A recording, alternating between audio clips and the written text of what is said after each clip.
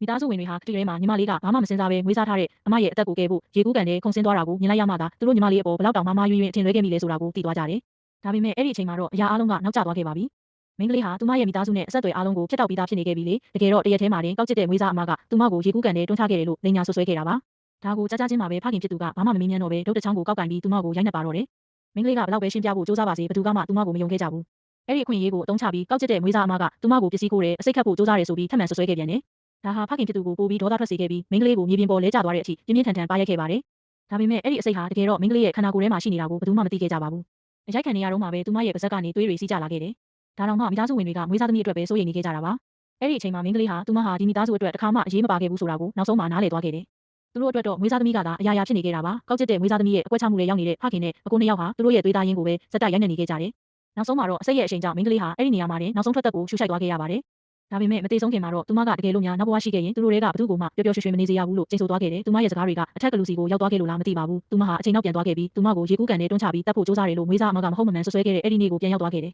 ။ဒါပေမဲ့ဒီတစ်ချိန်မှာတော့မိန်းကလေးဟာမိသားစုရဲ့အနိုင်ကျင့်မှုတွေနဲ့မွေးစားအမရဲ့မိသားစုအားလုံးရဲ့ရှေ့မှာတင်သူမဟာမွေးစားအမကိုရေကူးကန်တဲ့အားနဲ့လွှဲတွန်းချလိုက်တယ်။ဒါကိုမြင်တော့အဖေဖြစ်သူကအရင်တိုင်းပဲဒုတ်ကိုမြောက်ပြီးသူမကိုရိုက်ဖို့လုပ်လိုက်တယ်။အဲ့ဒီချိန်မှာသမီးဖြစ်သူမျက်လုံးထဲကဒေါသနဲ့အညိုးတွေကိုမြင်လိုက်ရတဲ့အခါအဖေဖြစ်သူဟာကြောက်စိတ်ဝင်သွားပြီးဒုတ်ကိုပြန်ချလိုက်တာလေ။အဲ့ဒီနောက်မှာတော့ဒေါသတကြီးနဲ့ပဲသူမကိုအိမ်ပေါ်ကနေမောင်းချလိုက်တယ်။အဲ့ချိန်မှာမိန်းကလေးကိုယ်တိုင်ကပဲပတ်သက်မှုအားလုံးကိုအမြင့်ဖြတ်လိုက်ပြီးနည်းနည်းပါးပါးသူမအပေါ်အကုန်ကြခံခဲ့တဲ့မြပတ်စံတွေကိုတပြားမကြံပြန်ဆက်မယ်လို့ပြောလိုက်တယ်။ဒီလိုပြောပြီးတာနဲ့ဒီနေရဲခန်းထဲကနေသူမထွက်ခွာသွားလိုက်တယ်။ခဏကြာတော့အကိုကြီးဖြစ်သူကသူမကိုစုပူဖို့အတွက်အခန်းထဲကိုသွားတဲ့အခါမှာတော့မှောင်တိကျနေတဲ့စတိုခန်းလေးထဲမှာသူမနေထိုင်ခဲ့ရတာကိုတွေးလိုက်ရတယ်။သူမကတော့တကယ်ကိုထွက်သွားပါပြီ။သူမချန်ထားခဲ့တဲ့မိသားစုတပ်ပုံတစ်ပုံပဲရှိပြီးအဲ့ဒီပုံထဲမှာလည်းသူမရဲ့ပုံဟာပါမနေပါဘူးဒါ။ကိုမြင်လိုက်ရတဲ့အခါအကိုကြီးဟာအရန်ကိုတုန်လှုပ်သွားခဲ့ပါတယ်။ဘာဖြစ်လို့လဲဆိုတော့သူ့ညီမလေးဟာအခုထိအဲ့ဒီစတိုခန်းလေးထဲမှာပဲနေခဲ့ရမှန်းသူလုံးဝမသိခဲ့ဘူး။ချက်ချင်းပဲအိမ်စီကိုခေါ်ပြီးရေကူးကန်ကတက်မှတ်တန်းတွေကိုတွားယူခိုင်းပါတယ်